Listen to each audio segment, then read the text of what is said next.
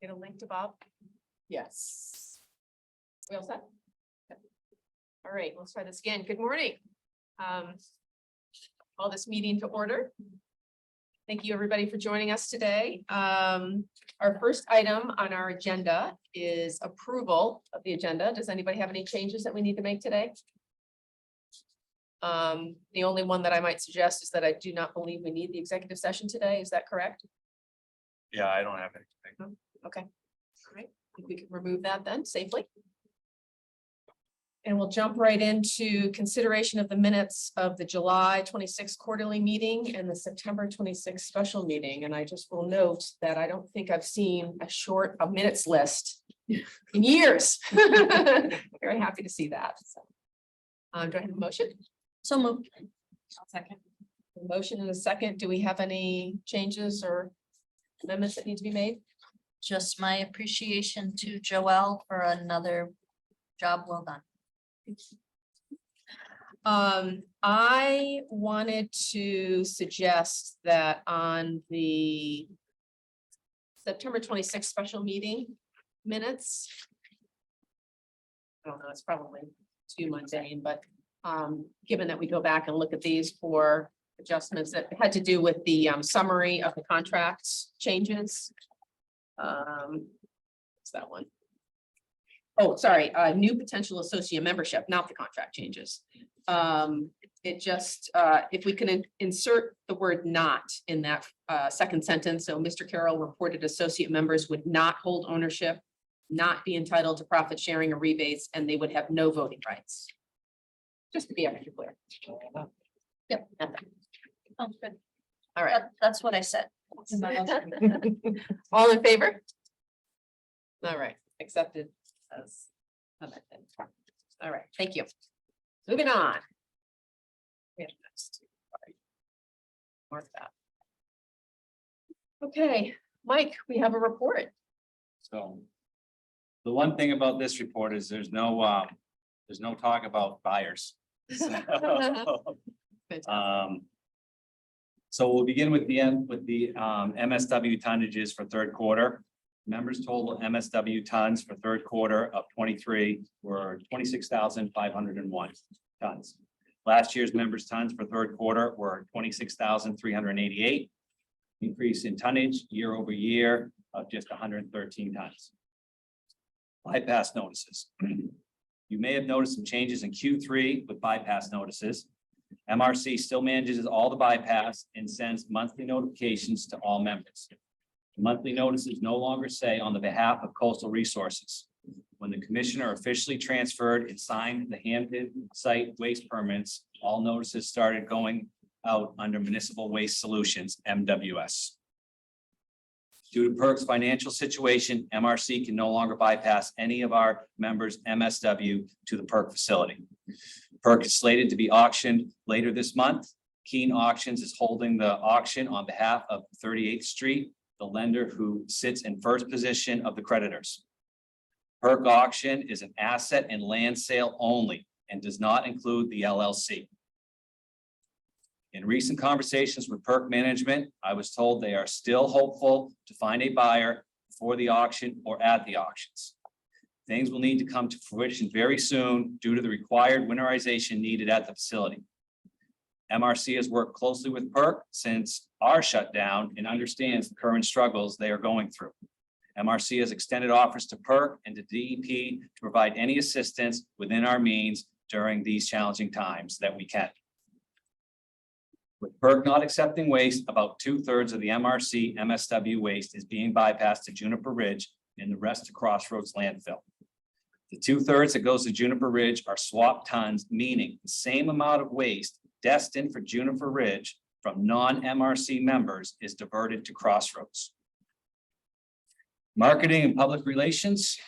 MRC just attended the Maine Municipal Association MMA conference last week. We connected with many of our members and even some potential new associate members. Overall, it went very well. I want to thank the board members who stopped by the booth and helped reach out to the MRC membership, and also to all the MRC members who came over to say hello.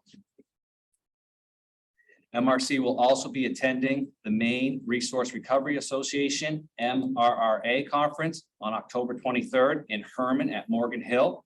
MRC will have a booth there, but in addition to that, we have been asked to be guest speakers with our MWS partner, Innovative Resource Recovery. MRC's Vice President Aaron Hoovery will speak about how the MRC got here and where we are going. Innovative's CEO, James Cordella, will speak to what is happening at the plant today and what the future brings. I have been working with Jesse Pottle at Haley Ward, MRC communications vendor, on the following communications and outreach material. New flyers and handouts have been created for general updates and timelines for MWS, as well as ones for new non-associate members and what that entails. We have revised the MRC survey, and we're getting ready to send it out to DEP and other MRC colleagues, such as transfer station operators and public work directors, for their input before a mass distribution. Started to review the MRC website and remove the straightforward content we now no longer pertains to the facility. No longer pertains to the facility. We're updating general information that we can take right from the flyers created. I'm spending only a little bit of time here because the site needs to be redone anyway. We are just looking to refresh it for now. Created a PowerPoint to share with members on where things currently stand with MWS when visiting them. MRC staffing. In August of 2022, MRC received $42,000 in grant funds from the Maine Technical Institute, MTI. The funds awarded are to be used for additional staff. Now that MRC has partnered with Innovative Resource Recovery to reopen MWS, we have added that person. As part of the deal MRC closed with Innovative, MRC will continue to manage all the logistics, invoicing, and receivables for the waste, whether it is in bypass or being processed at MWS facility. MRC's new bookkeeping staff person started just a few weeks ago, and their office is located on the MWS site. With the dust settled, MRC is no longer hemorrhaging funds to keep MWS preserved. MRC can keep steady balances in the operating checking accounts, resulting into a much higher interest rate, producing decent returns over the last month. The one thing that is not sitting idle is management service fees and lease payments coming into the MRC each month of just over $42,000. I'm delighted to say that Innovative has been a great partner and an excellent tenant. Payments have been made to the MRC each month promptly and on time. Getting out to members. With MRC staff added and Innovative having boots on the ground in Hampden, I have been trying to get out. I'm trying to get out to visit members more. So far, I've met with Orono, Hampden, Dixmont, and Chester. I plan to meet with all the MRC members over the next 6 months. We also recently took some time to personally go see and thank certain members with some Subway gift cards. Over the last 3 years with MWS, we encountered various challenges at the plant under the watchful eye of the MRC staff, including extreme weather conditions, power issues, and maintenance needs. In some instances, we needed to learn the answers and relied heavily on the knowledge and experience of our members to advise us instead of us trying to reinvent the wheel. So after a long 3 years, we finally had a chance to say thank you to those members. Grant and legislation updates.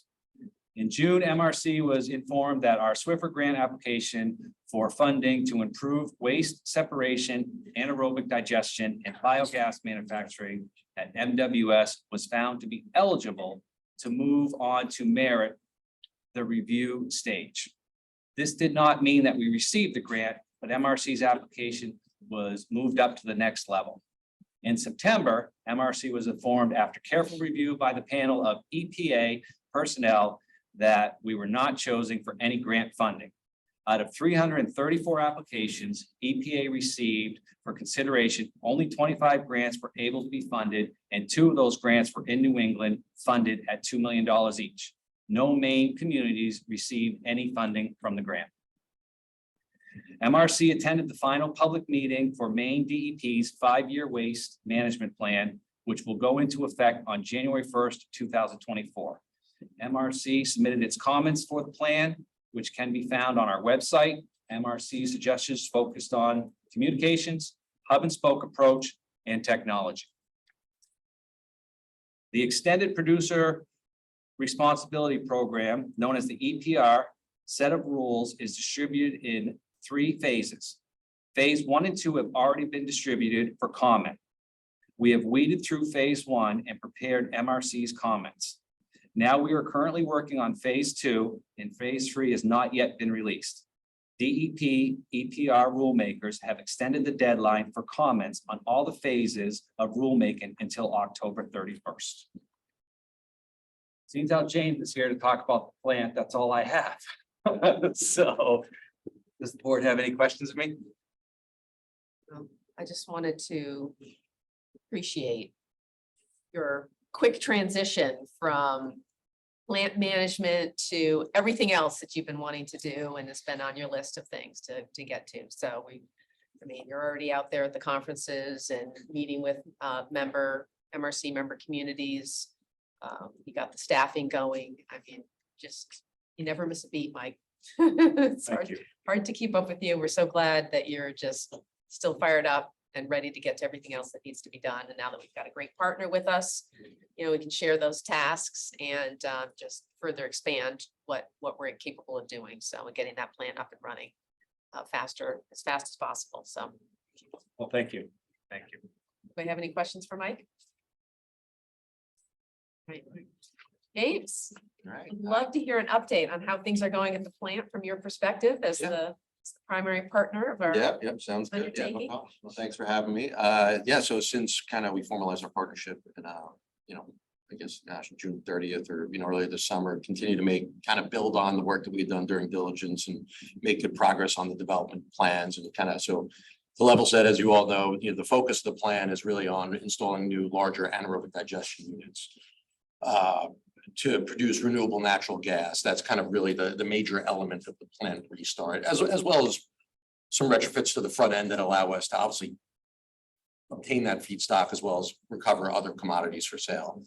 And so one of the big initiatives that we undertook earlier at the end of July was as you probably all know, was a trial of the front end where we processed approximately 30 tons from several different members, MRC members, at the plant, processed through the front end, and really had 3 key objectives of that trial. First was to validate some of the equipment repairs that we knew were required. So during the diligence, we conducted an audit, identified some just normal repairs that would be required. So it helped to kind of validate that. Second was we are going to make certain retrofits to the front end.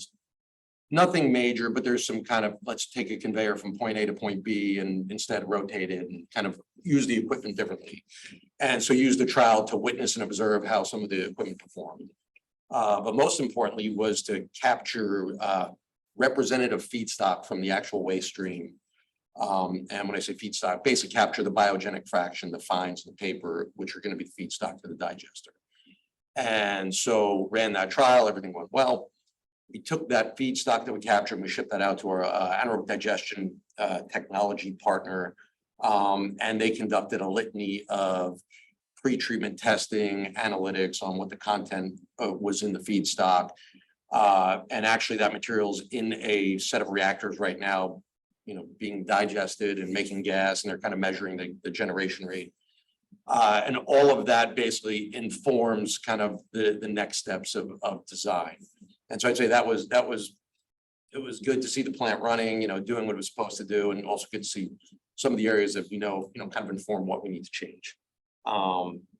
So, you know, between that work and our work with Mid-South Engineering, as well as the digester consultants, we're now starting to, I'll say, kind of formalize some of the elements of the scope and really hone in on them. It's by no means a final design, but you're starting to kind of, things that may have been more open and, you know, in our earlier kind of phases, we're starting to hone in on the design.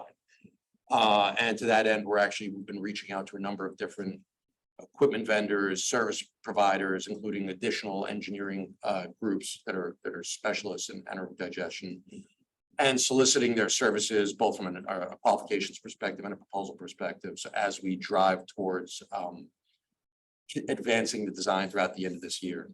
We also brought on a process engineer full-time at the facility. Matt Merchant is joined us at the end of August. He's staffed at the plant. Obviously helping me a tremendous deal. Him and I are tag teaming on a lot of the coordination of the engineering efforts, but also taking on a lot of Mike's plant manager responsibilities and ensuring that kind of, you know, the heat's on, the heat tracing is working, the you know, site gets plowed. So he's been a tremendous help to, I think, you know, both of us combined. And so between, you know, myself, Matt, our team of consultants, we're advancing that engineering design and targeting, you know, that'll continue through first half of next year, where we hope to order long lead equipment. And again, that just depends on how advanced the design gets. What you try to do is you try to get to like a 30% complete design. So working on that, and that's progressing, never as fast as I want, but it's progressing as kind of, you know, we had hoped. And then on I'll say the commercial and the regulatory side, I have a number of activities going on there as well. So we have kind of, I'll say, on the renewable natural gas side, which is one of the primary revenue drivers for the plant. We've been working with industry consultants and potential off-takers of that renewable natural gas on the environmental attributes of it and how we maximize the value that we receive at the plant for that gas. So that's been ongoing between, you know, kind of how do the low carbon fuel markets value the gas? How does the EPA think about the gas in terms of RINs, which is how they quantify the gas quality?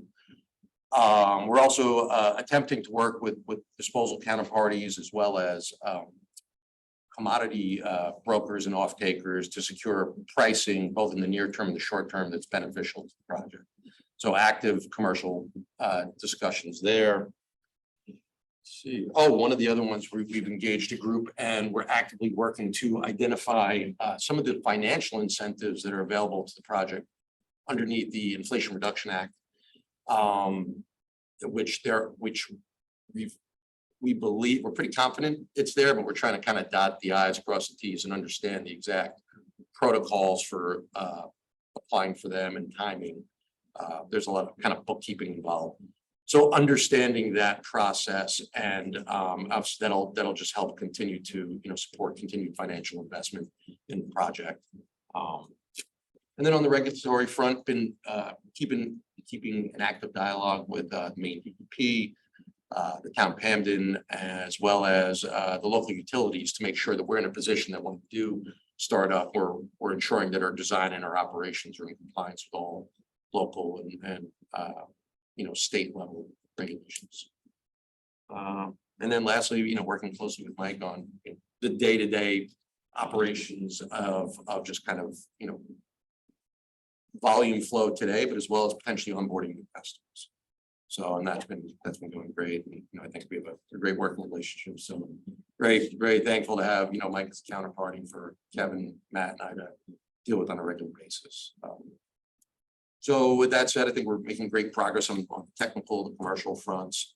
And as I mentioned, kind of pending ordering that long lead time and the availability of the lead time of that equipment when we do place the orders early next year, targeting to start up in the first half of 2025 for the plant. So that's the report for now. Happy to kind of answer any questions and, you know, obviously continue to, as we make progress, happy to share that with you all.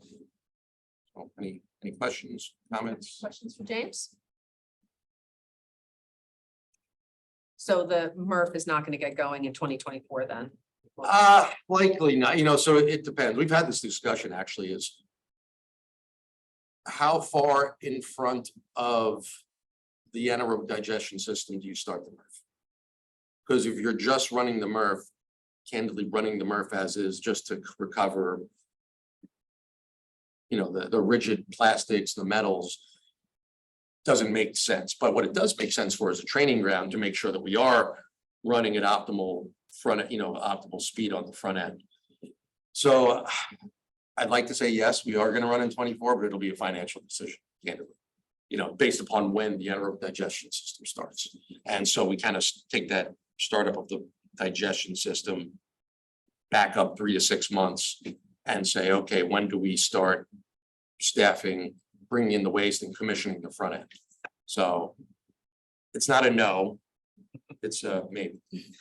So I fully understand that you need to make financially sound decisions, right? That's kind of what got us in the problem we were at before, is perhaps private partners not making financially sound decisions. Mhm. But I would say there's a benefit to taking any tonnage out of them. Whether it's financially feasible or not, I get, but there would be a benefit to our members to try to get out what we could. Yeah, let us consider, you know, ways to do that, and, you know, ways of kind of, you know, I'll say, you know, find that balance between the two objectives.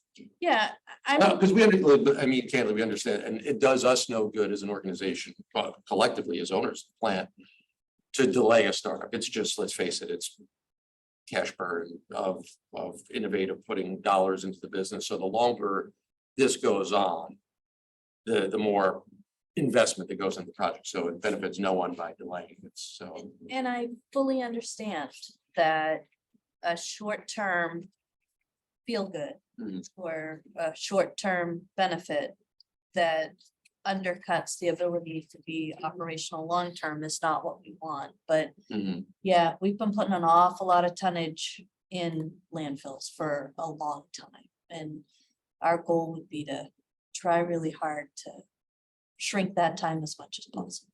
Understood. Any other questions?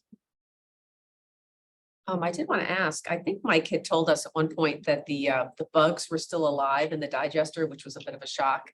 Yeah, that we actually took samples of the bugs, the sludge Yeah. that was in the existing digester, sent that out. They actually said, yeah, the bugs are working, and Is that any help to you all, or are you gonna have to like Potentially. reconfigure it anyway? yeah, potentially. I mean, it doesn't mean that there's this, you know, these monsters inside. It's just, you know, Yeah. we'll have to decide, are they useful for, you know, are they beneficial for reuse, or is it something that, you know, we just start with a new biology as we go forward? So potentially useful.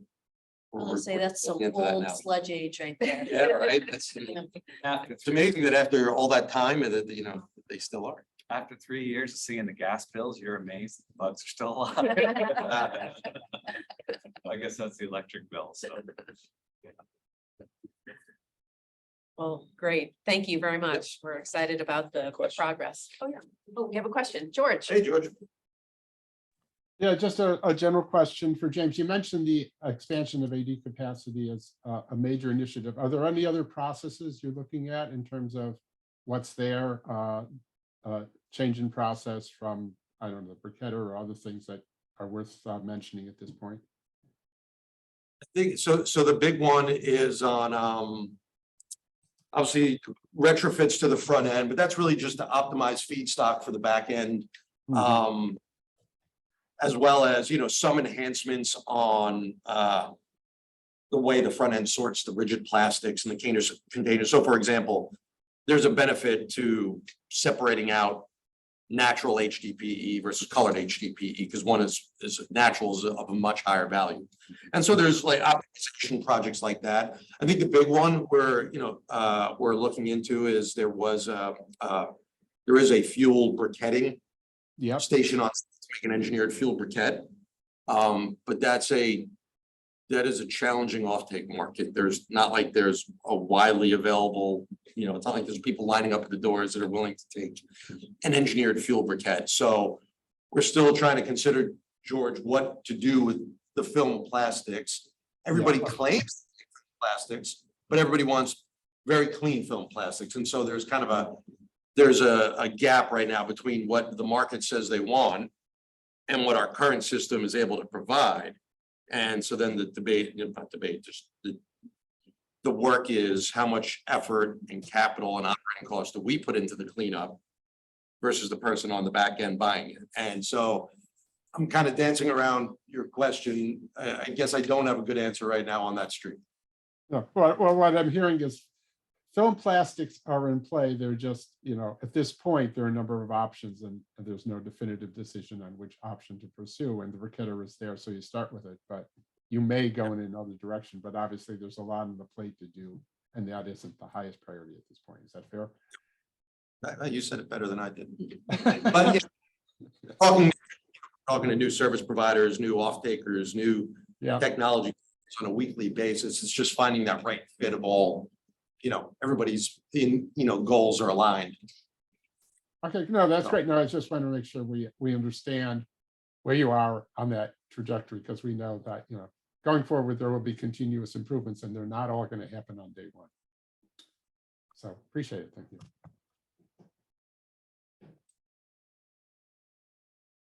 Anyone else? You have a question? Not a question. I was gonna save you from that. Like, do you- What? So I just wanna acknowledge how nice it is to have a partner at the table who is upfront and honest and in good communication with Mike and actually moving ahead one step at a time. And Yeah. well, there are those of us at this table that wish it were a gallop. We understand that it needs to be a walk, and we appreciate. Yeah, I hope, that's the kid. I thank you. But yeah, it does nobody any good to, overpromise and underdeliver. So. Thank you for that. All right. Thanks, James. And innovative. All right, our next item on the agenda is our asset management report from George Aronson, our technical consultant. George. Thank you. And the asset management letter is a little bit shorter and a little bit different this month. We are in transition, and so there are changes going on, and we try to maintain clarity while what the next steps are become more clear. So I think what I've done is actually focused on the financial position, which is a little bit simplified this quarter compared to past quarters. And as this transition goes forth, then there may be changes going forth, but we are right here. So let me just discuss where we are. If we look at the balance sheet at this point, there are a number of cash accounts, investment accounts. As Michael mentioned, we've taken some steps to put in a sweep account to increase interest earned on the money in cash, which we can do now that there's less demand on it, and we're able to be a little bit less liquid or concerned about liquidity than we were before June. And so I think the balance sheet shows that it's roughly a little bit over 1.1 million in cash and cash equivalents and 1.2 million in the investment account. So we're in pretty good shape from a cash point of view. I think most importantly, with the new role of in terms of management of bypass and payment for bypass, there's less of a concern about need to use cash for those purposes at this point. So I think the MRC cash position is a little more secure than it's been in some time. I think in terms of valuing the other assets, which are the value of the site and the value of the investment in MWS LLC, as you just heard, MWS LLC is an ongoing is moving forward, and there's progress, but it's still not clear what that market value would be. So we're just sticking with the book cost value on the MRC's books of what was that, and so that becomes a method for showing what the MRC's investment has been, both in initially buying the Hamden site and also in terms of subsequent investments. On the liability side, now that Integrated has stepped up and is handling payments to bypass disposal, even though the MRC is still managing where the trash goes. Those liabilities are not shown on their books. They're not, we don't need to show contingent liabilities, and it's just a different status of the MRC now that integrated is involved, because those are now cost of MWS rather than MRC. So the only payable was shown is the deferred payments of reimbursable loss fees that the board had reimbursed back since, I believe, first quarter of 2023. When we look back at the numbers, there were a couple of adjustments we needed to make just to make sure the fees were captured correctly. And so there's a slightly different number there, but I think Michael and I are confident that that's the right number at this point after the adjustment was made. And I think, the resolution back in January suggested that the liability would be paid when the MRC cash position was more stable. From my recommendation and in the asset management letters to go ahead and make those payments, because we have reached that point in terms of cash stability of the MRC.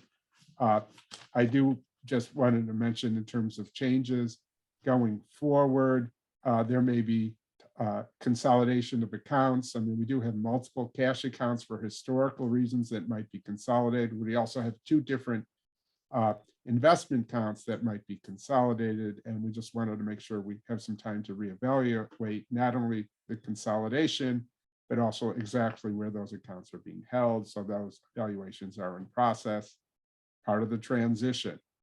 And finally, I think going forward, there's probably going to be a need to distinguish MRC cost centers. There's the management services fee, which from integrated, which is now coming into the operating account. And good accounting practice tells us that ought to be matched up with the cost to provide those services. Similarly, the tip fee flowing in from that the MRC is collecting from its members and then going off to are ultimately going to integrated. We need to probably represent that in a way that represents the flow a little better than where we are now. And finally, during this transition, there's been a few advances from innovative from the MRC towards innovative while things get up that are going to be reimbursed. And so some of those are temporary items that, as we go into go forward are not going to be there once the advances are reimbursed and we get back into the flow. So it's a time of transition for accounting.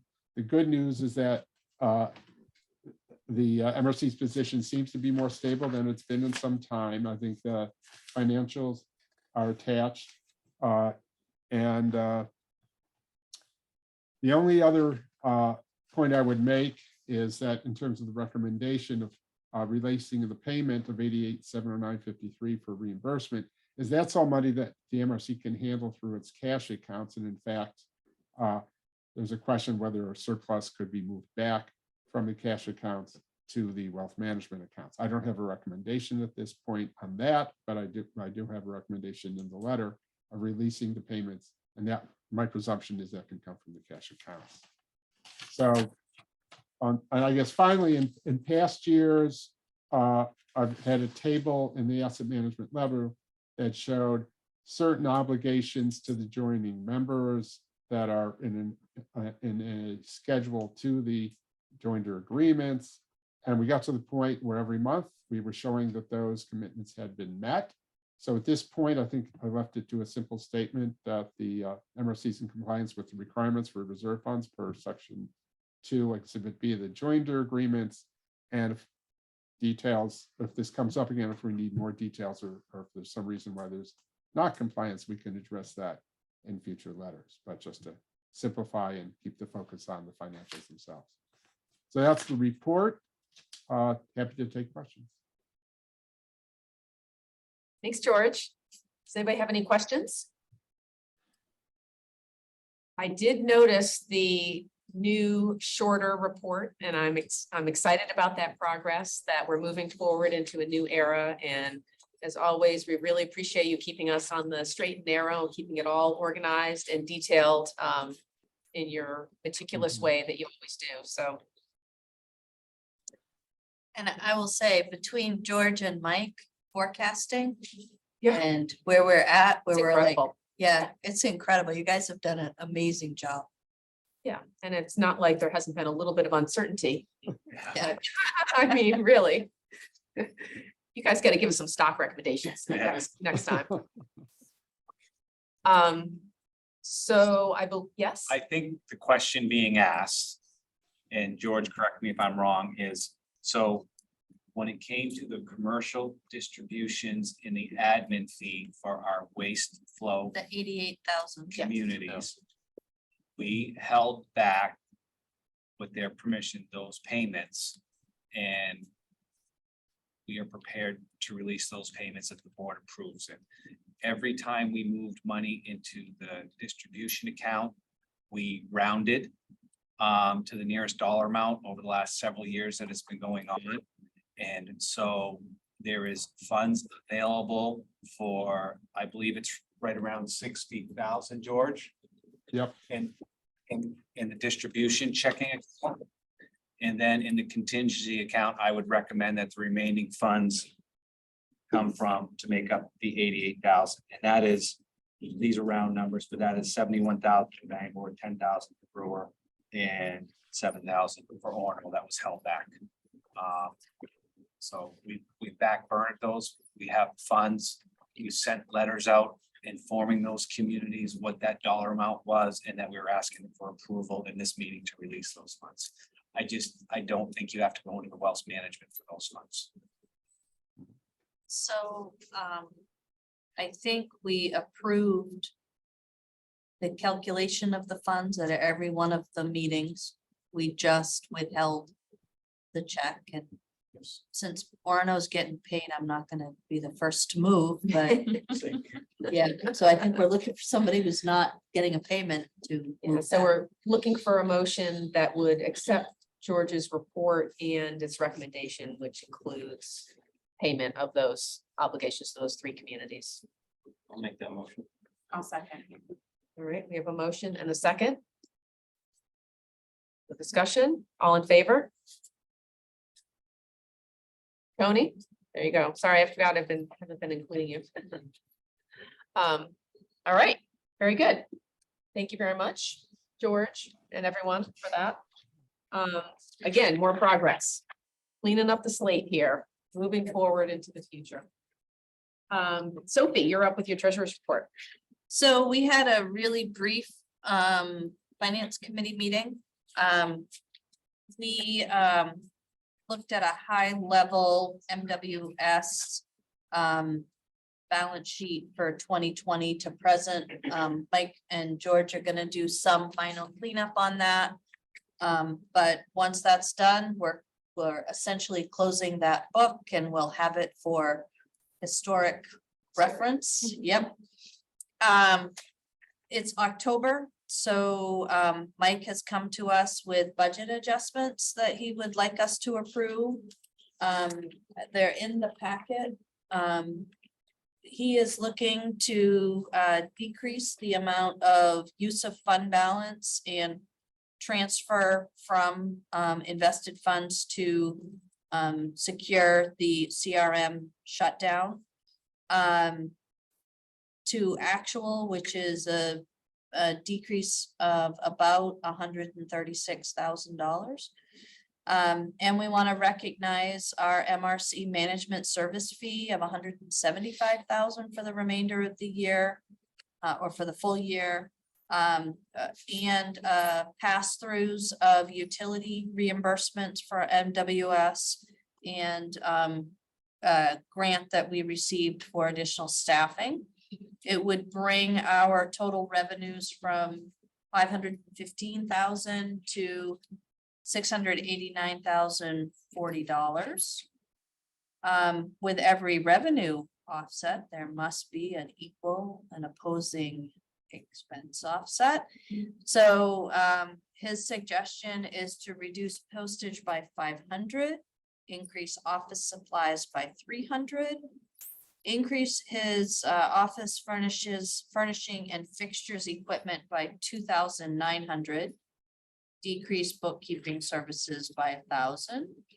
increase marketing and advertisement by 1,200. Decrease technical consulting, legal fees and Hamden project support. By 21,000. Increase the audit by 10,500. Decrease contingency by 40,000. Increase the expenses related to the shutdown by 105,000. Just to acknowledge that that is to fund year to date, that there are no further expenses expected there. And then we've got the pass-through utility reimbursement at 40,000. The grant funded temporary services, staffing services at 22,000. And a payment to wealth management account listed here at 54,640.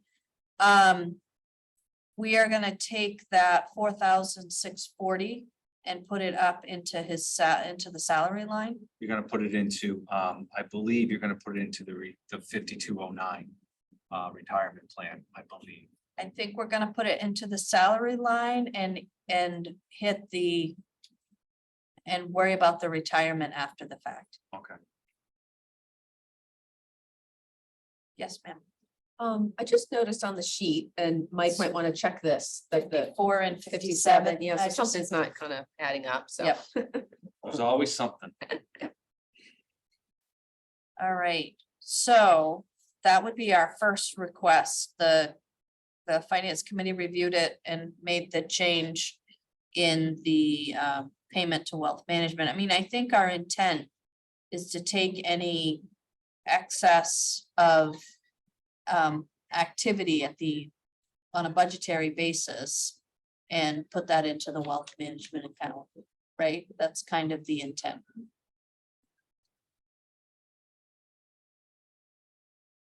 And I'm pausing. I would move we make these suggested changes. Thank you. I'll second. And I would just like to remind folks, as Mike has reminded us in the past, that when we went into the budget and approved it, it was as a standalone operation. And so we had Yes. really reduced the budget down as much as we could. And of course, in the end, we ended up going into partnership, which has resulted in some additional expenses that we hadn't anticipated when we approved the budget. So this is all expected, and it's good news because we're getting the revenues to offset the additional expenses. So and using less of our funds set aside. So Okay. I think it's great work, Mike. So Okay. I'll clean this up and we'll get it up on Oh, online. yeah, well, we're gonna vote. Yeah. Okay. I just have one quick question. I know it's just an offset, but the electric that you say we're keeping in our name, Mhm. that's in perpetuity. You plan on doing that, or is that just? No, that's, so they have to produce a load rate sheet, Utility load letter. utility load letter, and with all the engineering and everything going on, it just wants to be accurate, because the power company's gonna probably want a $78,000 deposit, where I talked them out of that when we moved it in our name, it being an idle facility. And until they have an accurate number and look at that, this is just until we can figure out how to move that over and what that looks like. Is that a fair statement? Yeah, it's a basically, we need to determine what rate classification we're gonna be, and if we elect for what we eventually will be now. We're not gonna have the load, like we're kind of in a weird spot because we're gonna expand to a much larger electrical load, so they want to bump us up to a better classification with lower rates, but like Mike said, it requires a big down payment. And we're not gonna generate exactly what they are expecting to see for another 18 months, so. And We just have to work through with them the timing of that and try to be like, okay, well, can we maintain this rate?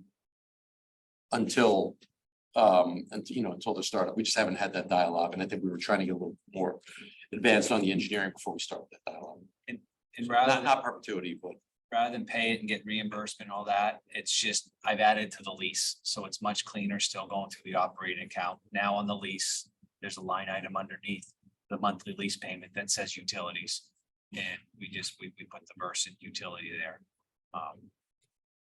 but it's not forever by no means. Right? And I am quite sure that if we weren't getting a payment, we would revisit that practice.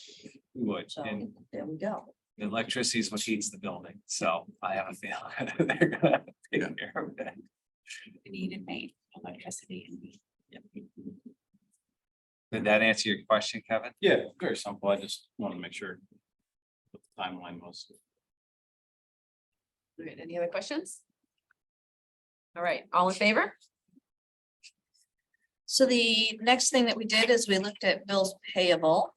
So we have bills payable in the amount of $26,137.29.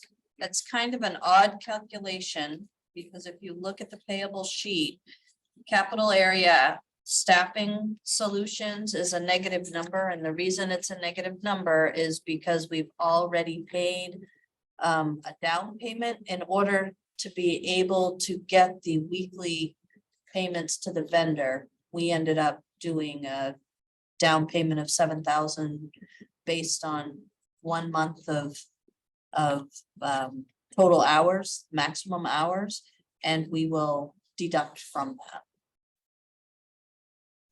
So everything else is what this group should be very familiar with. And welcome to Orange.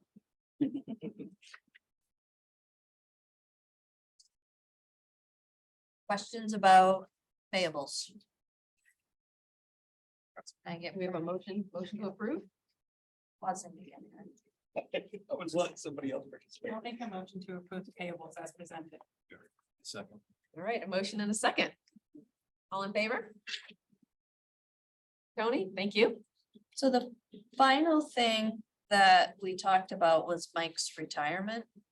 And as we have previously discussed, he currently has a simple plan that allows for a 3% employer match. The MRC is currently matching at the maximum of the 3%. Given today's expectations on benefits, that's a pretty low match. Karen has been doing research. Melissa did research. Melissa's research concluded that based on what she had, simple was the best plan, so we don't want to go in that direction. Karen's research yielded that there is another option, but it's really expensive without giving the benefit to our employee. So George has given us another avenue to go in, and what I would be interested in seeing is whether or not the board would authorize the president to find a retirement plan and execute it so that we can get 6% into our employees account this year. So I will follow that up by saying it may not be possible to do it this year. That's fine. So the follow on, which I've sort of run by our attorney, John Pottle, is if we're not able to change the simple plan this year, because one of the pieces of feedback we got is you can't have more than one plan in a calendar year, I guess, Oh, which seems kind of problematic, but whatever. So if we needed to wait until 2024, whether we could do some kind of a side letter, so have the contract language, which is what we're going to be sort of hopefully signing off on today, reflect the idea that we want to make a 6% match, but if we're not able to like make that happen this year, that we could do some kind of a side letter that essentially gives them the same financial benefit, but perhaps converts it to salary or something like that for this year, with the idea that next year we, get it into a retirement plan as the contract, so that would be the concept. Yeah, at main parish, you said that if he was eligible, there wouldn't be any level. You can contribute as much as you want. Up to 13, up Okay. to the maximum, which is well more than we're Yeah. looking at doing. I just don't know if we are qualifying agency for Yeah. members. I don't know that. I hadn't asked that because I felt stupid asking that, but the one employee is not an issue. I know that. So I'm just gonna make that simple. inquiry to main PERS, and then I'll also look into Ameriprise as well. The Bangor representative was Carmel, might know him, so we'll look at those two options, see what they have to say. That'd be great, Kevin. Thank you. All right. Anything else, Sophie? I'm not sure we need to vote on that now because we're going to vote on the contract adjustment in the next item, so. That's all I have. All right, so moving on to the next item, it is review and approval of the executive director's employment contract. And if you all recall, back in July, we did the performance review of Mike. And at that time, we did vote on an adjustment to his pay. But we reflected that we wanted to do something with retirement, but we weren't quite sure what that was going to be. So the contract that was in your packets has been marked up. This contract reflects all of the changes that we've made in the previous 3 years that Mike has worked for us, which we never updated his contract to reflect. So now all of those are incorporated. We've updated the language to get rid of like coastal and some other legacy kind of things. We've adjusted the retirement section to change the employer contribution from 3% to 6%. So that would be something that the board would need to vote and approve. The other change that I'm proposing would be to, with this vote, to also extend his contract an additional year. Currently, he's under contract to expire June 30th of 2025.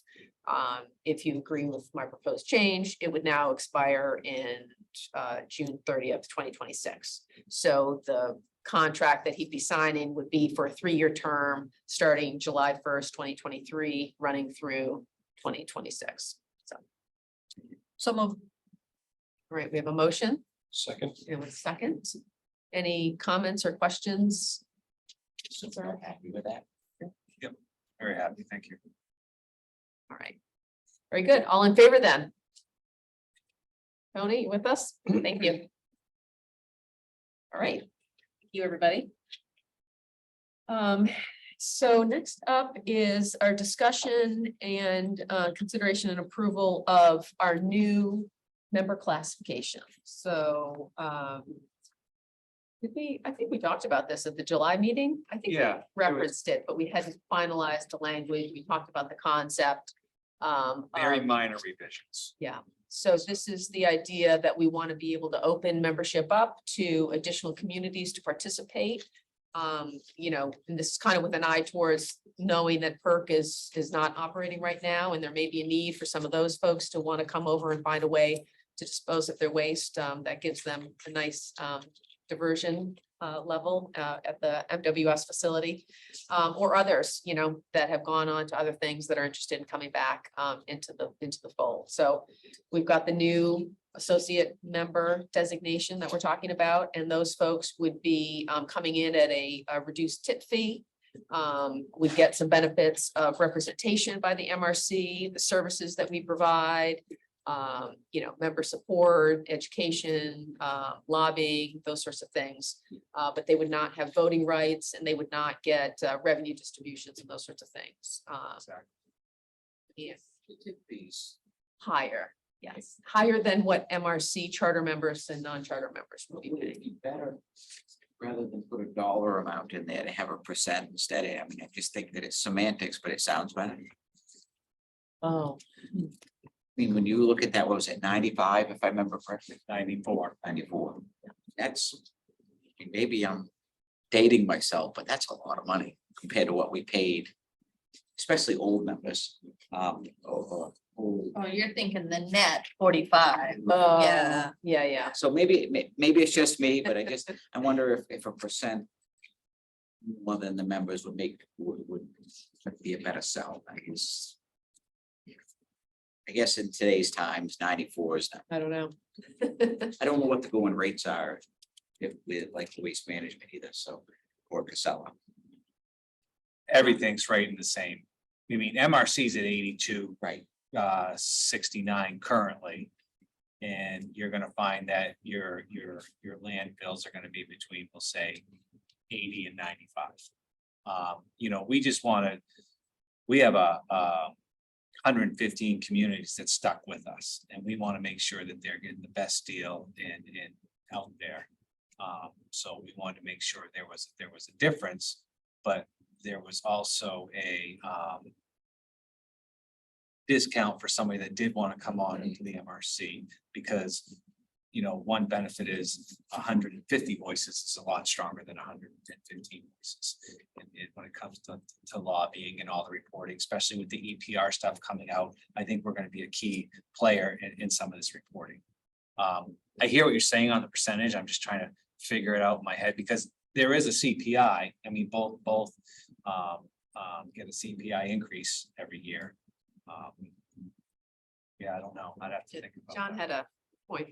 Yeah, just a brief kind of comment to give some overall context. So for the bylaws, the existing bylaws frankly already contemplate the ability of the board to accept new members, but is kind of left open-ended, for lack of a better phrase, with one definition. So these proposed amendments provide a little bit more definition to what that may be.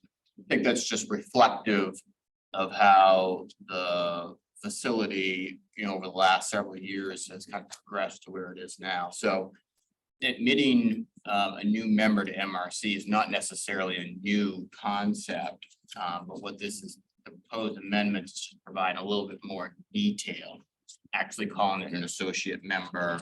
But the process is in large part still the same, where the board has to essentially approve or authorize one of the board members or officers to, accept or admit a new board member. So think of it as, at least at a high level, a two-step process. First process, which we thought was appropriate, was to let's update the bylaws to make clear what type of potential new members MRC may have, associate members. That way you're having that high level flexibility already built into the bylaws. Step two would be, okay, under what material terms and conditions would an associate member come in on? And that's kind of part two of, we talked about this last time too. Here's kind of a form or a template agreement under these parameters that it may be acceptable. Obviously, another component of that is a new associate member to have the benefits of being an associate member of MRC.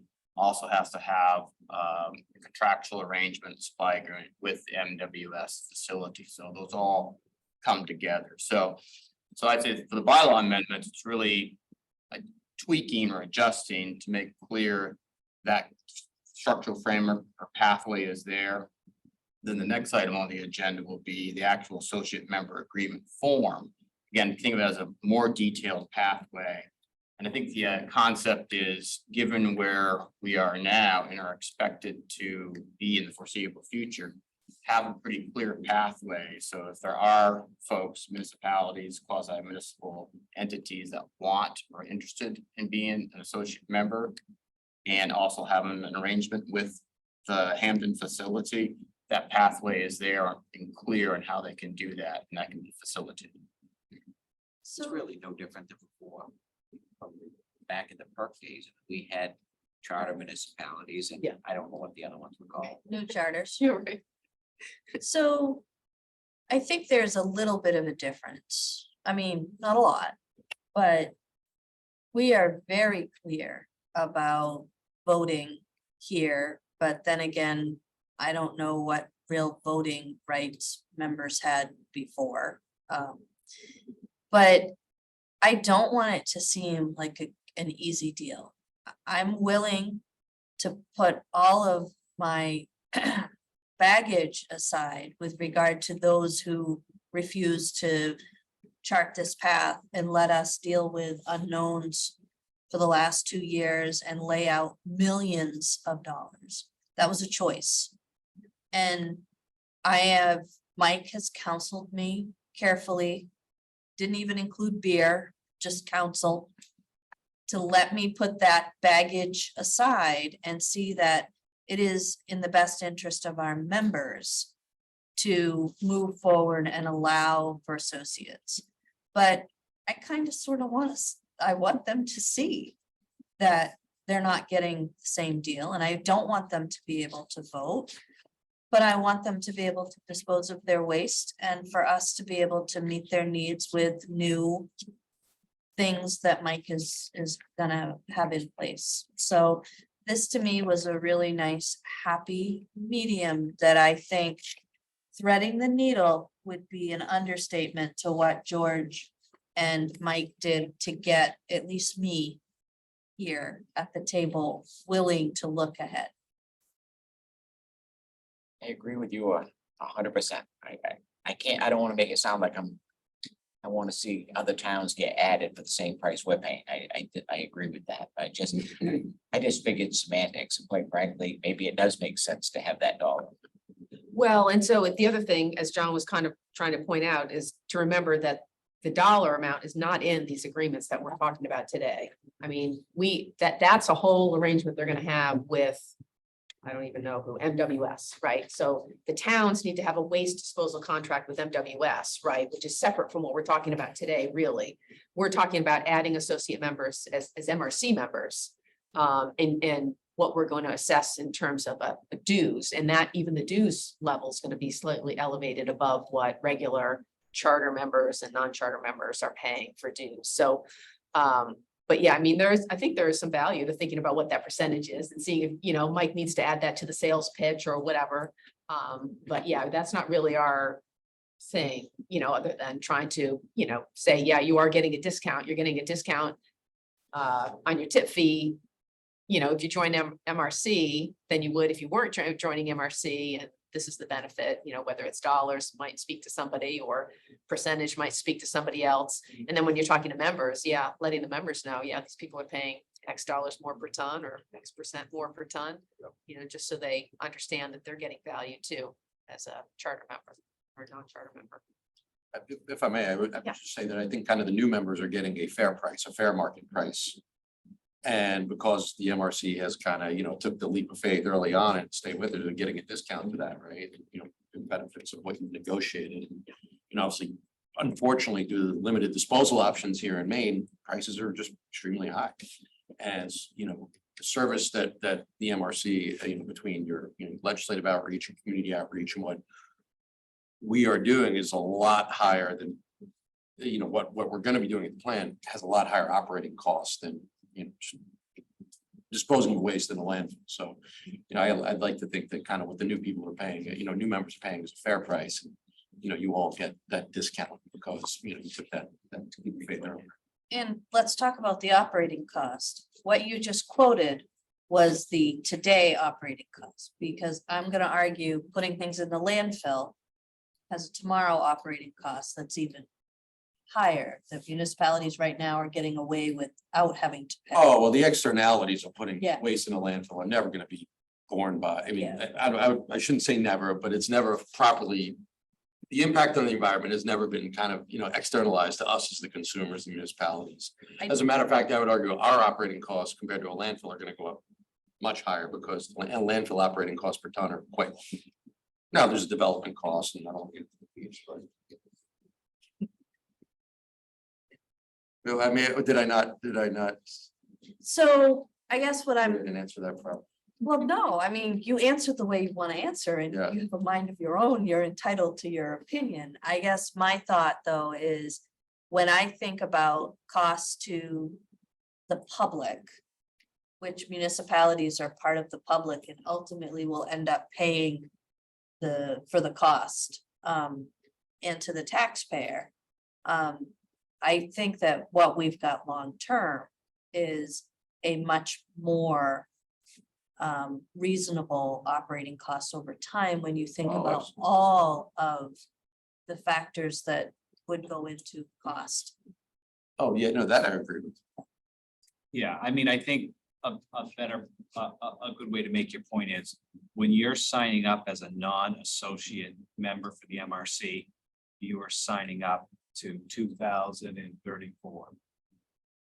So, you know, you are locking in on an annual CPI where right now in these times, you know, if something happens to PERC, I mean, I was gonna say other waste facilities, but we might as well you know, I'm sure tip rates are gonna go right up. I mean, that's the first thing that's gonna happen. That's the world up front. I've seen it.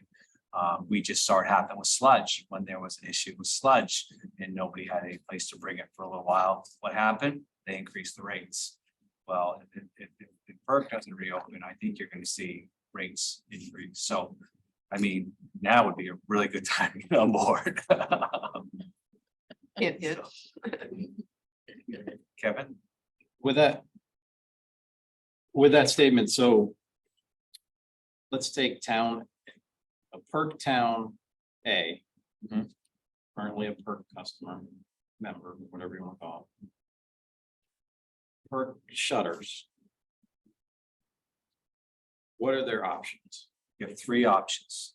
You become a non-MRC member for $94 and a It's $2. not a non-MRC member. A It's called non-associate. No, it's called an associate member, Okay, I'm sorry. associate. An associate MRC member for a $94 tip rate, $2 dues, and your contract is to 2034, which mirrors our current contracts. Or you can sign directly with MWS at a tip rate for 5 years and less. Or you can sign for a tip rate for 5 years and more. But neither one of those tip rates is below the associate member rate.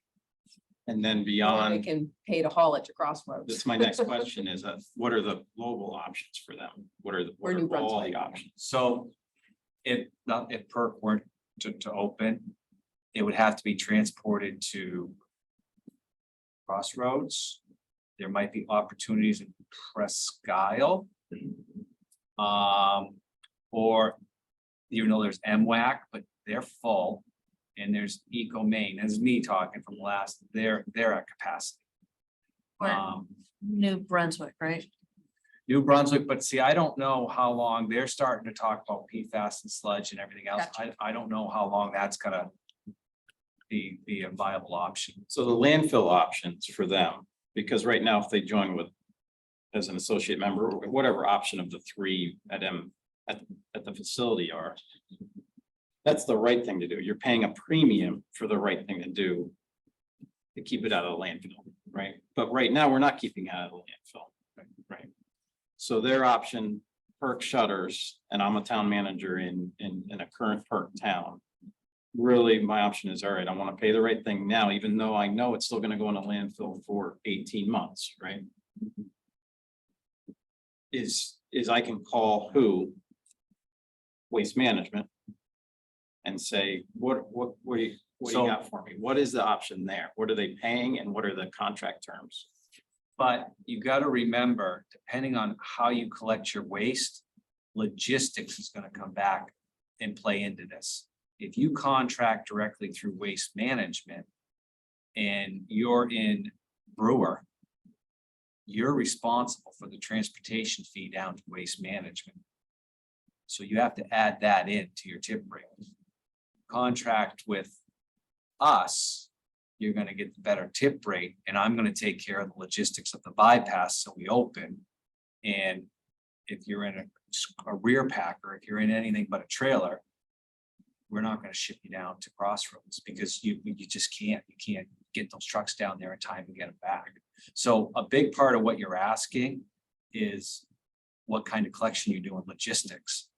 Anybody that's in a rear packer or a compactor from a transfer station, they are gonna, if you can't dump waste on the ground or put it in a tractor trailer, it's gonna be very difficult for them to use anything outside of this reach.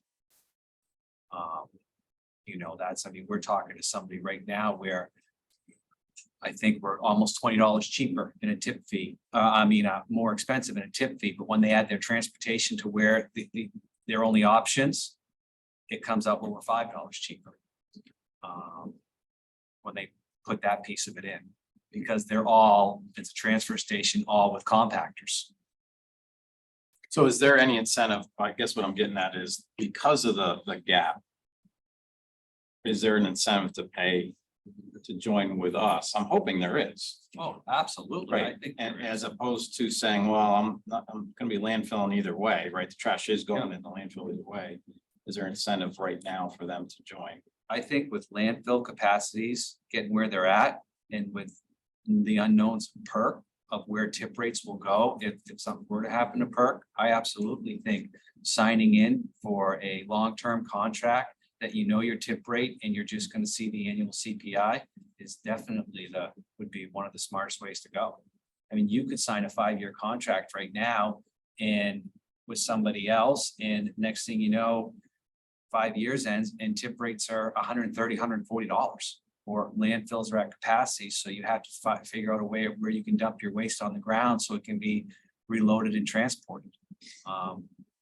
So, And you only have to look at what's been happening in Augusta over the last few years. Landfills are most likely gonna end up with surcharges on tip fee, on the tip rate. right, We'll bring that up. right now, if you use a landfill, you pay the state additional $2 surcharge. $2 a ton. Yeah, for use of landfill. So you get your regular tip rate and then you see that $2 added to the same amount of tonnage. So What I is, guess what has been the feedback from prospective associate MRC members? The feedback's good. You should have a little bit from the, I, I wasn't there, but. I do. convention. and I don't wanna. Obviously, in my position, I have been following this auction closely.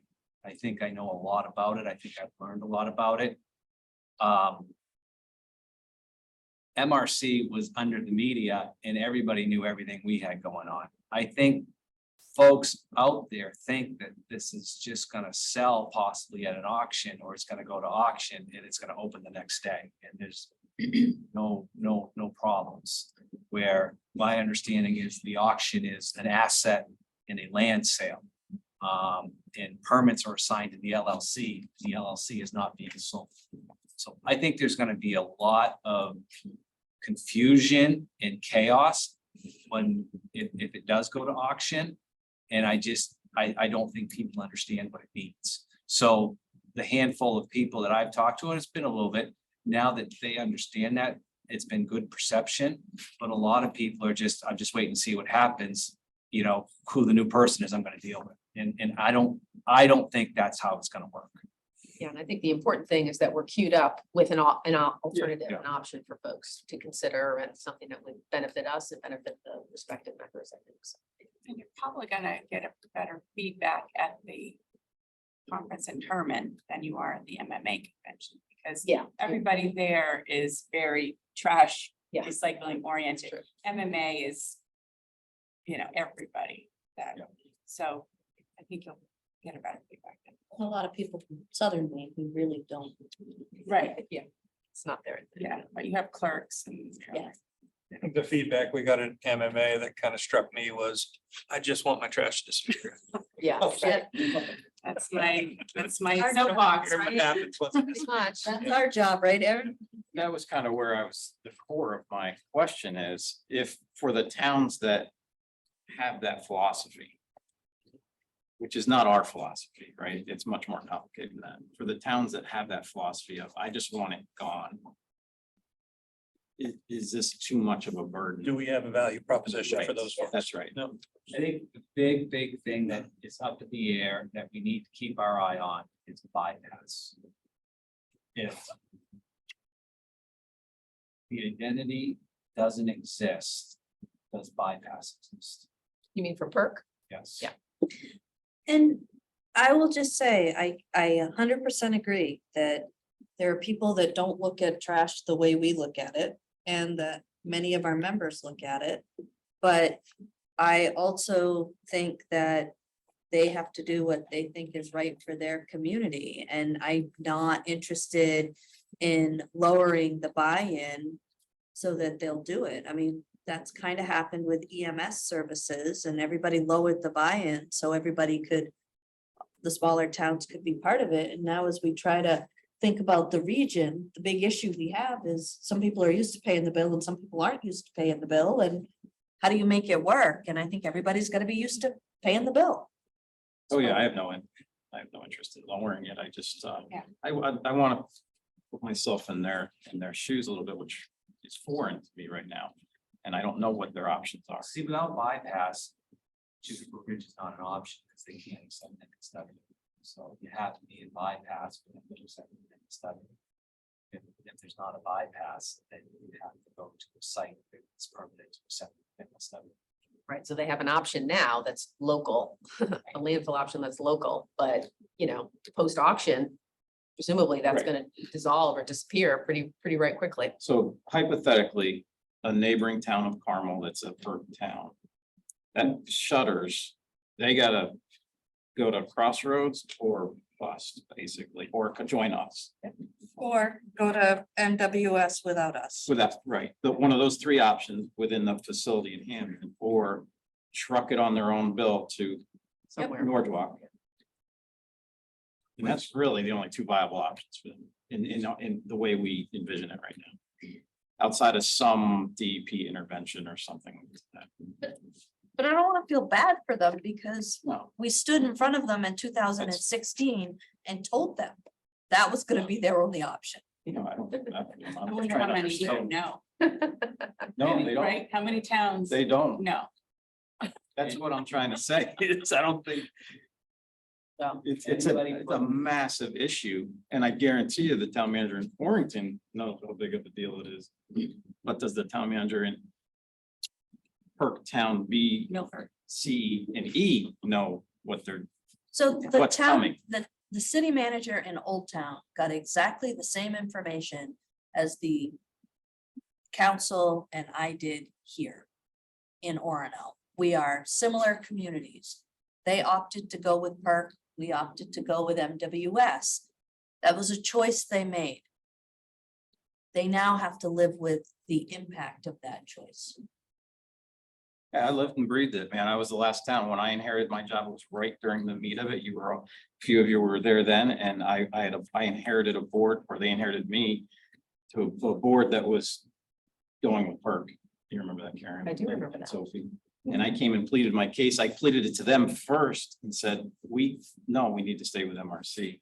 And I swung them to be here, and I have neighboring towns who didn't. But they're still neighbors. I still have empathy for them. Well, I can have all sorts of empathy for the city of Old Town, but they're still gonna pay a bill. That's right. I don't, Yeah, all right.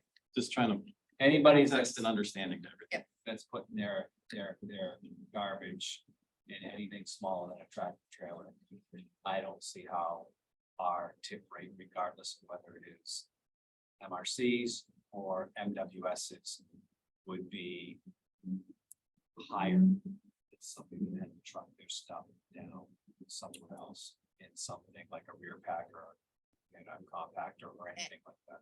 And it's still a lot less than the $110 a ton that we were looking at in 2016 when the PERC partners wanted us to re-up. Right. So just to put that into perspective, and the CPI since 2016 or even 2018, what that would be today, just saying. Yep. And I one said- last little thing is, I mean, are we, unlike the MRC who advocates for our members to navigate through challenges and have a future path, PERC is not. Are they advocating for a path beyond PERC? They're just a private They're a entity. vendor. They're a vendor, right? And There why is would no- they? no. And why would they? And that's a choice they made Yeah. when they signed up with PERC. Sophie, I just gotta say, I think you need a little bit more help with your baggage. I'm gonna put that out there.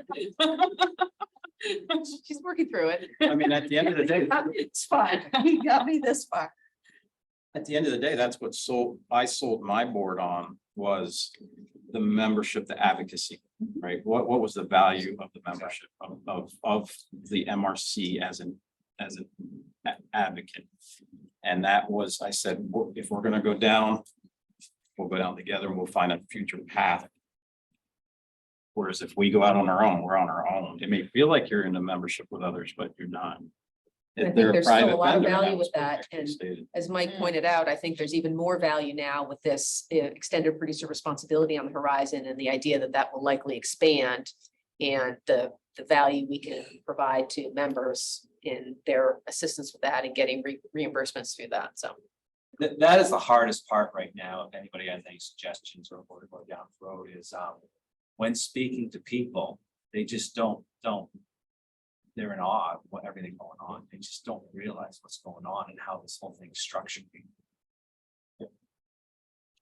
All right, so in front of us, and this item on the agenda is amendments to the MRC bylaws. And these amendments, as John explained earlier, basically explain pretty specifically about this new associate member class and provide other provisions and make sure that we're clear on what rights those members have and what rights the current charter and non-charter members have. It also goes through and cleans up some legacy stuff, gets rid of like references to perk windup and coastal resources and things like that. Yeah, but it pretty much does that in a general way. So I think everybody's had a chance to look at those changes. Does anybody have any questions or anything for John or probably John? One extra comment, I'd say, in the packet, there was a proposed Oh, written yes. resolution. Very helpful. Yes, thank you for reminding us about that. If someone was interested in making that part of their motions. Okay. As presented, perfect.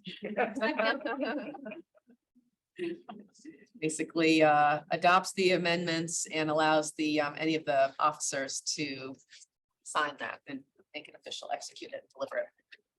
All right, we have a motion Second. and a second.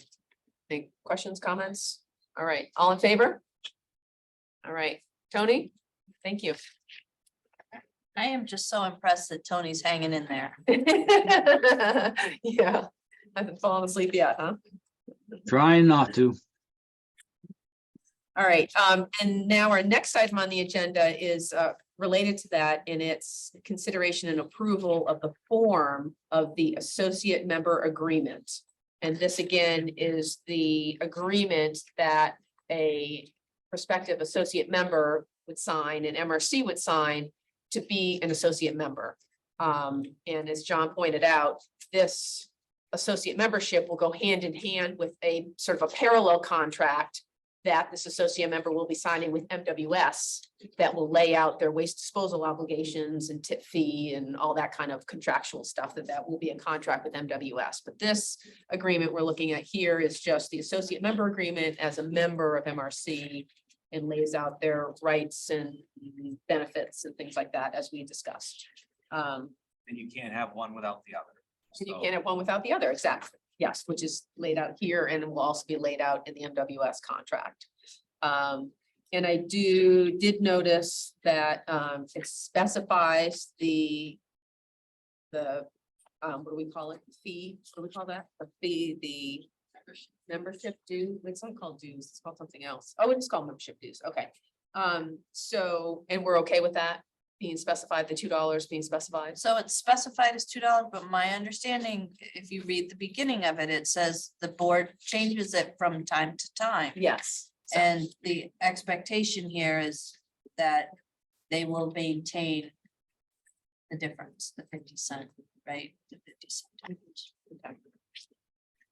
Yeah, just to clarify or just follow on, the agreement form specifies that specific initial amount, but just like any member, whether it's a charter or non-charter, an associate member, the board has the ability to update the fees going forward. I think the understanding is, that the dues would be a little bit more for an associate member than it would be for the charter.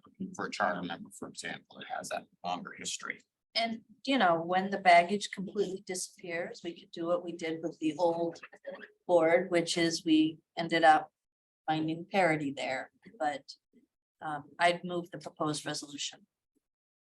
We have a second? Oh, wait.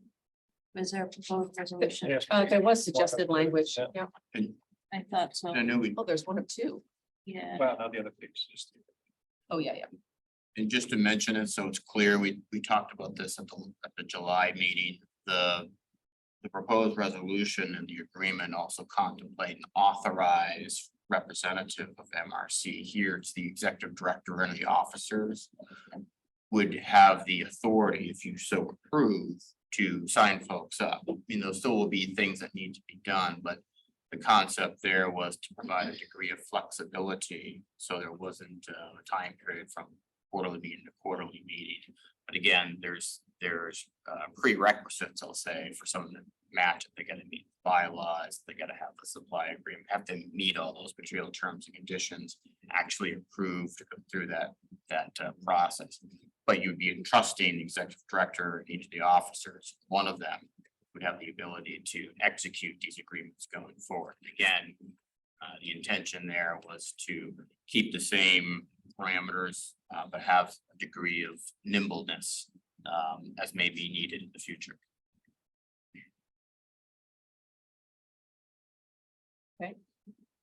So we had a motion. Sure, I heard a second. I'll second. Motion and a second. I did have one other question, John, on the early termination and withdrawal provision. Again, it specifies the $2 per ton. But I'm like, well, what if it changes? And so it's 5 years into the contract and they decide they want to get out and now the rate's at whatever it might be at. Not that we change our dues rate a lot, but I just wondered if we might just want to say the rate in effect at the time or. Yeah, I would agree with that. Just. That's exactly what I. It's an easy thing to tweak and add in. And Aaron, you seconded that, right? I seconded that, Excellent. that one change. All right. No other questions or comments? Then all in favor of that with the amendment, slight adjustment? All right. Fantastic. Thank you. All righty. Finally, moving along here to get towards the end. Almost our second to last item is approval of the slate for the 2023 MRC Board of Directors election. So Mike received nominations for 4 candidates and you have the list there. We have our 3 incumbents who are all seeking re-election to their terms, and that is, I believe, Steve. No, sorry, Kevin, Sophie, and Melissa. Yes, sorry. And then we also got a nomination for Paula Scott, who's the town manager for Hampton. Yes. So we That have is that correct. slate of 4.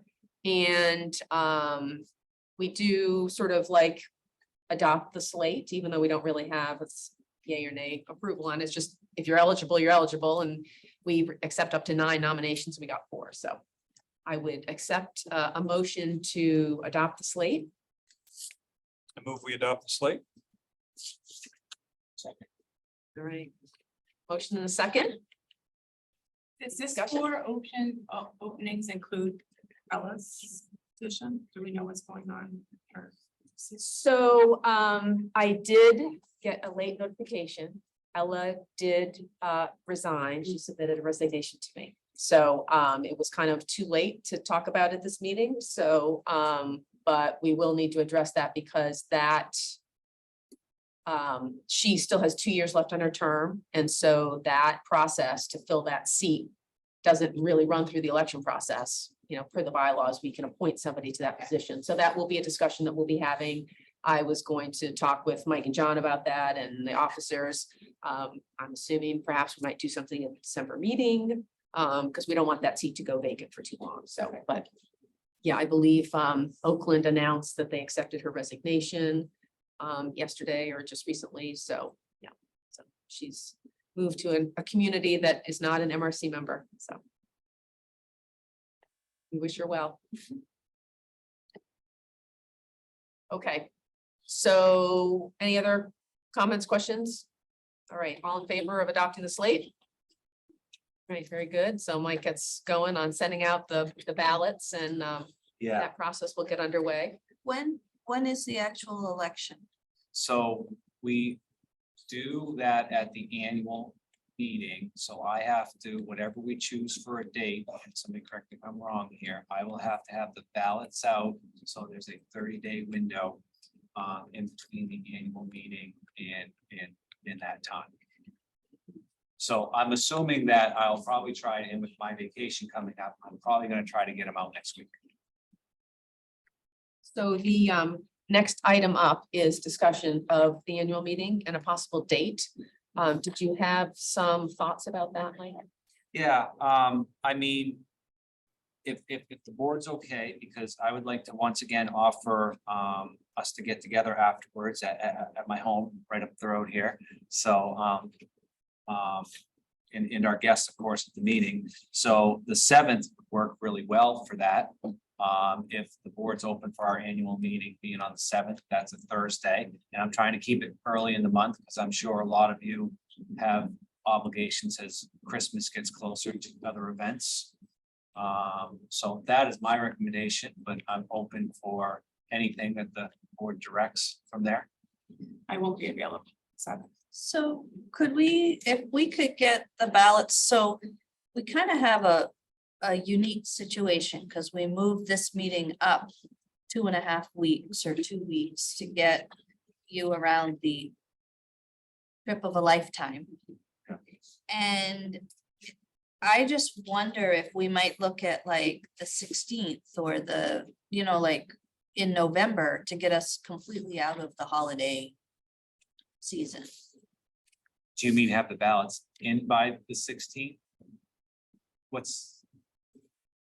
So if I could help, or the, Like get the ballots out this Just week? saying get 'em out Yeah. this Yeah. week. I would even help with that.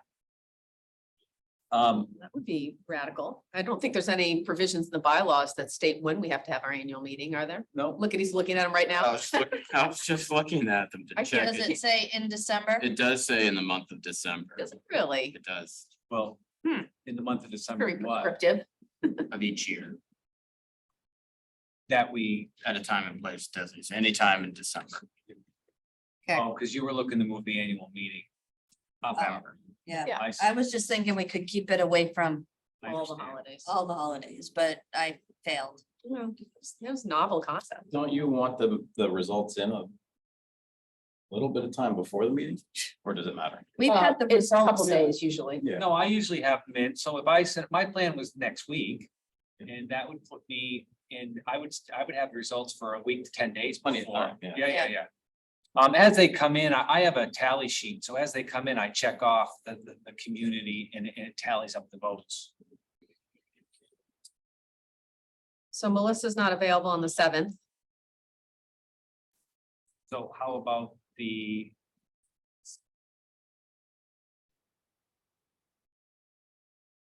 How about the, Well, do we need to decide it now? Can Yes. we do need to decide it now? Yes. go ahead and throw things at me and I'll make it work. What's wrong with the 13th? Does it have to be on a? Well, we was hoping it was gonna be a Thursday. Well, that's, so- no, I can work around any of that. The 14th. I know, Sophie, you have a pretty busy schedule. What are you thinking? Thinking, what about the 1st? I'll be in New Hampshire. No, we won't. I will be in New Hampshire. I think the sooner the better is what I think. I don't need to be. That's all good. I can But try to come in Thursdays- remotely. The best, I would say. First would work for me. It's a Friday. It's a Friday. Does Really that, party it up. What day? The 1st, December 1st is a Friday.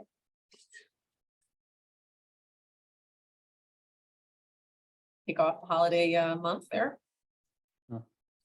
Michael, I'm not available on the 1st. What's that? I'm not available on the 1st, but I don't know if that. coming up? Are you gonna come all the way up, George? Would you? For the annual Not on the meeting? 1st, I wouldn't. But if we did a different day, would you? Like in person? Absolutely, absolutely. What about the 7th? 6 or 7 are great for me. Is that 6. So What about? the I'm not 6th? here. I'm not available the 7th. Are you available the 6th? 6th? So can we help you do what you need to do on the 7th to make it work on the 6th? I will be fine. You go ahead and pick the date and I will make sure. I just think the sooner the better. I hear you. So. All right, so 6 looks okay for people. That's a Yes. Wednesday. So you better be there. I will. I will And James, you gonna join us? That's Lynn. All right. So Going with the blow. Yeah. I may call Tom. Yeah. Oh, did he- I already gave, yeah, so. All right. Okay, that sounds great. Thank you. And we usually do it like 3 o'clock. Let me just tell you, if you can get to the Orono town line, Great. anywhere in Orono, doesn't matter what the storm is, I think we'll make- you can make it to Mike's place. All right. No So, question. Jess, We'll also be running back and forth. I think we should put that out sooner than later. So that's just to confirm that is the 6th at 3 P.M. Okay. And And you'll set a this date that location? on those ballots, that say must be Let returned me, I by. could double check Yeah, that. that would be good to double The check. ballots will be dated on the day they go out, and then they will state in them 30 days from that date that they should be returned by. I'll probably with Thanksgiving and the holidays, give like a 32-day buffer, but yes, they'll all be taken care of on the ballots. So you have something on your calendar for the 6th. Okay, you've got your standing appointment with Dom. Oh, that's, that can be, Okay, what time did we say? 3, 4, 3 o'clock. 3? Is 3 o'clock? Is that That's fine. too early or? No, No? 3 o'clock. I think it's usually 3. We usually It a is couple usually hours, 3. then you guys hang out for a minute, let me get ahead of you a little bit. Okay. We're good. And we'll have the thing fixed by then, so people can. I'll put it on your calendars right now, folks. All right. Excellent. All right, so the last item we have is public comment. I don't know if there's anybody out there that has anything they'd like to say. We had a couple of questions come in, but they were answered during Okay, the meeting. very good. Nothing else? Remember, we have lunch coming, everybody, for you. Oh, yeah. I tell it out. Did you give Rob a turkey sandwich? 'Cause I got that's- raw 2 turkey sandwiches. All right, well, with that, I will take a motion to adjourn. And thank everybody for their time. Do we have a motion? No move. All right, thank you, Tony. I'm gonna He's second alive. Tony. The good news keeps me drowsy. The bad news of the last 2 or 3 years kept me awake. Riled up, huh?